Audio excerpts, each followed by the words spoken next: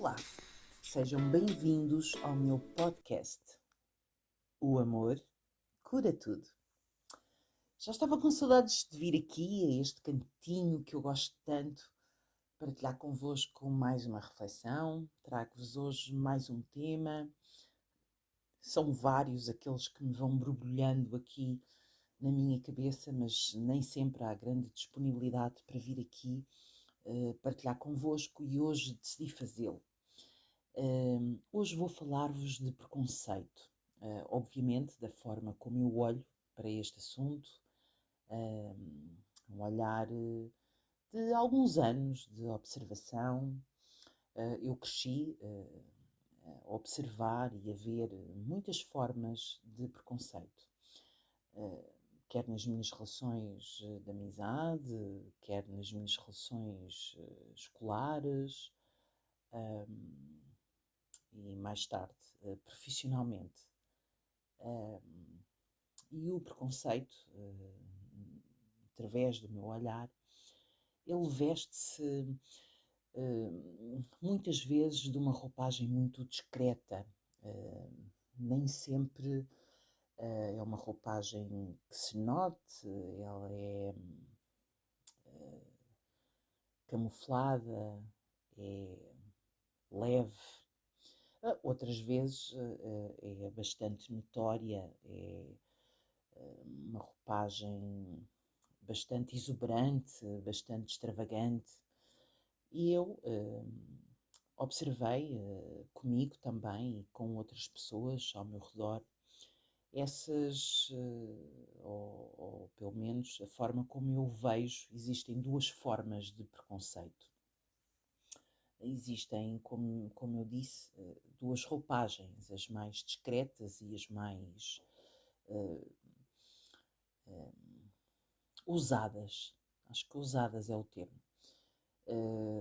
Vou-vos dar um exemplo, como já disse, eu sou portuguesa, com raízes africanas, e isso fez com que nem sempre fosse uma coisa clara para as pessoas que me rodeavam e que estavam à minha volta, pois nem era nem uma coisa nem outra.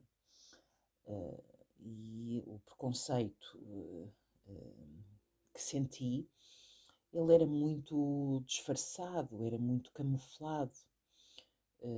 Felizmente tive sempre a sorte de saber lidar bem com essa forma de preconceito, porque só percebi, obviamente, isto mais tarde, eu conseguia senti-lo à distância. E isso dava-me uma certa vantagem, porque eu sabia fazer-me valer dessa vantagem.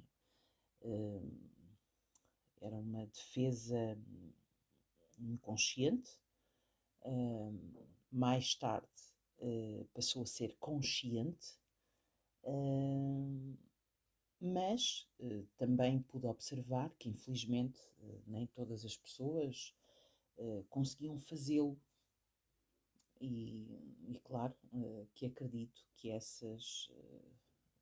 para essas, o caminho tenha sido mais difícil, mais árduo, mais impactante. Nesses momentos que fui observando, que fui olhando, fui pensando no porquê daquele comportamento. O que é que leva as pessoas a terem este preconceito? Porquê é que ele existe? Era uma questão que eu dava por mim a pensar muitas vezes. Claro que normalmente eram pensamentos que me ocorriam mais ao final do dia. Eu sempre fui uma pessoa que ao final do dia gosto de fazer uma reflexão do meu dia. É como se visse novamente, em modo muito rápido, tudo aquilo pelo qual eu vivi, as situações experienciadas naquele dia. E nesse filme, nessa curta-metragem, eu vou podendo corrigir ou não comportamentos. E houve um dia que percebi que eu própria, e pensei como é possível, mas sim, é verdade, eu própria tinha muitos comportamentos preconceituosos e tive muitos comportamentos ao longo da minha vida e acabava por fazer exatamente o mesmo que os outros que eu observara acabavam por fazer, que é nada mais, nada menos que justificar para nós, primeiramente para nós, aquele comportamento. Até que comecei a perceber que este comportamento em mim era algo que eu criticara nos outros, não é? Portanto, era preciso perceber como é que eu podia mudar aquilo. E decidi trabalhá-lo, policiando-me. Foi uma das primeiras ferramentas que eu utilizei para mim, sempre de mim para mim, policiando aquilo que sentia e esse comportamento foi-me fazendo dar sempre um passo atrás, sempre que, lá está, estando-me a policiar para ter um comportamento diferente daquele que estava a ter, dava sempre um passo atrás, era-me permitido a mim mesma dar esse passo atrás e recomeçar. Fosse numa atitude, fosse num comportamento, fosse num simples gesto, fosse num comentário. Há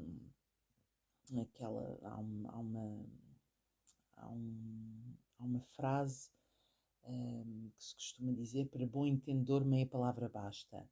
E eu era um bocadinho, tentava desfazer aquilo que tinha dito por outras palavras que não fossem tão explícitas e que pudesse lá está, dar o tal passo atrás. Umas vezes conseguia, outras vezes não conseguia, mas sempre gostei muito de olhar para os outros. Eu gosto de pessoas, defino-me como uma pessoa que gosta de pessoas e sempre gostei de olhar para os outros com um olhar limpo, sem lentes, sem preconceito e precisei perceber então o que tinha acontecido na minha vida ou em que momento é que eu me deixei levar por outra forma de olhar.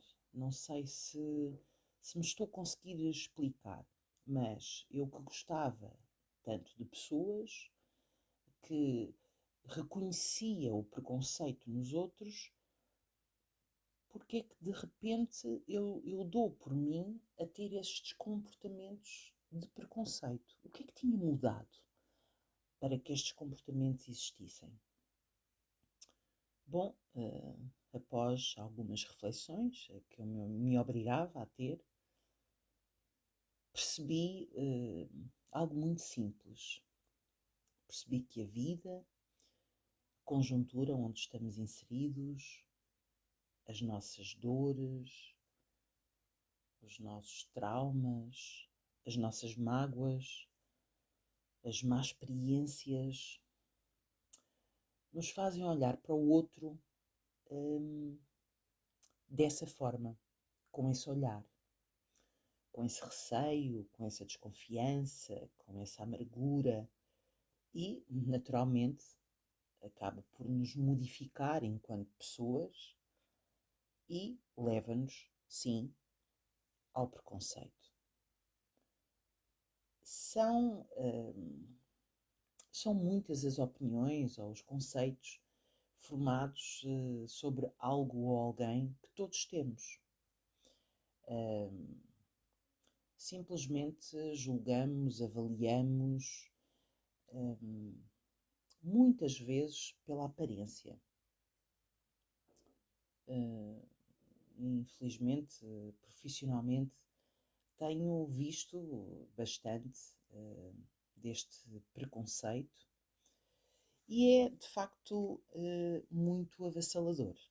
É de facto, é triste, é incomodativo, porque creio que todos nós já passamos por isto e já vivenciamos um preconceito de perto. As pessoas, por exemplo, num recrutamento, hum, elas são muitas vezes avaliadas também pela sua aparência. Muitas vezes podemos nos esquecer que aquela pessoa que está à nossa frente pode ser extremamente competente, extremamente capaz, mas tendemos a, se houver algo na sua aparência ou até mesmo na sua dicção, podemos ou pode ser o suficiente para perder aquela oportunidade, para nós pegarmos no preconceito e considerarmos que se calhar a pessoa não é bem aquilo que procuramos. Seja em que e para que situação for. E isto é claramente uma forma de preconceito. Nós todos, creio que é generalizado, não é?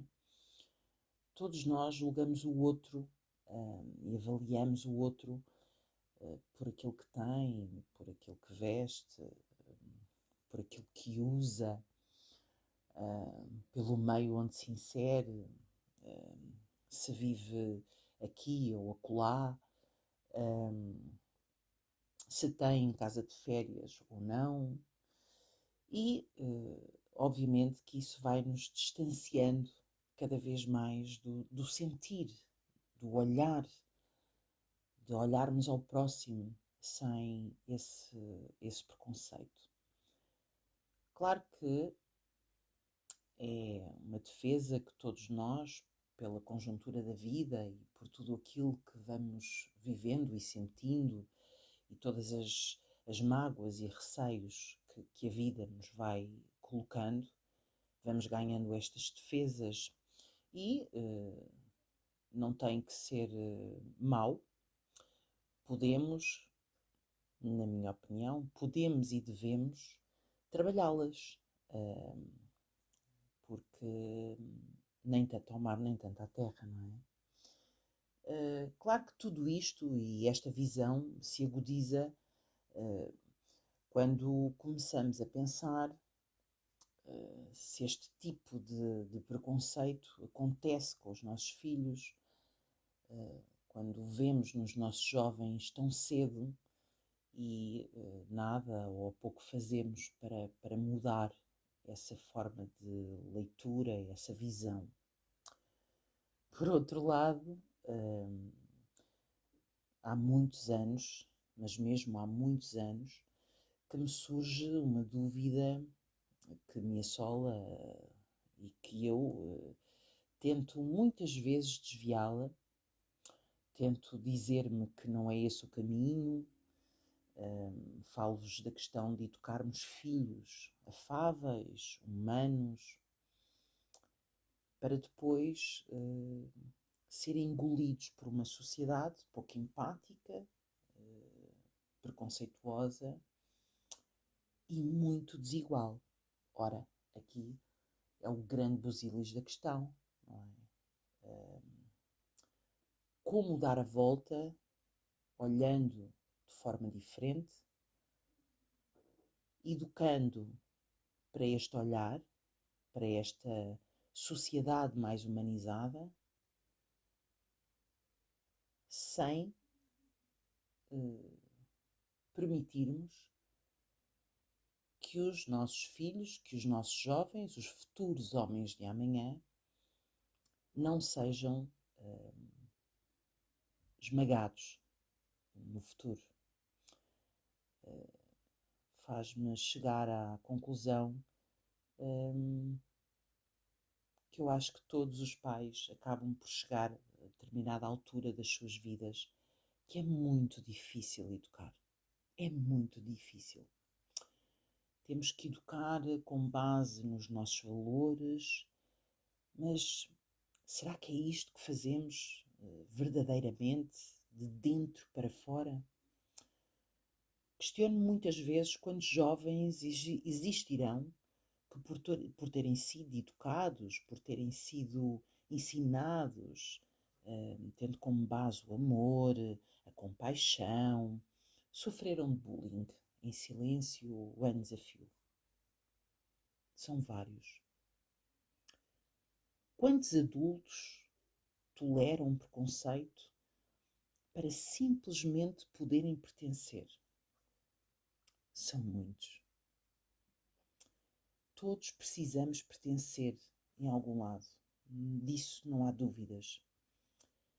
E eu acredito que é essa necessidade de pertença, de grupo, de classe, de nível, que nos faz agir de forma preconceituosa. Quando acredito que no fundo, a única coisa que queremos é muito simples. É simplesmente pertencer. Todos precisamos pertencer. E claro, ao longo da minha vida, assisti a algumas atitudes preconceituosas, algumas não me fizeram reagir,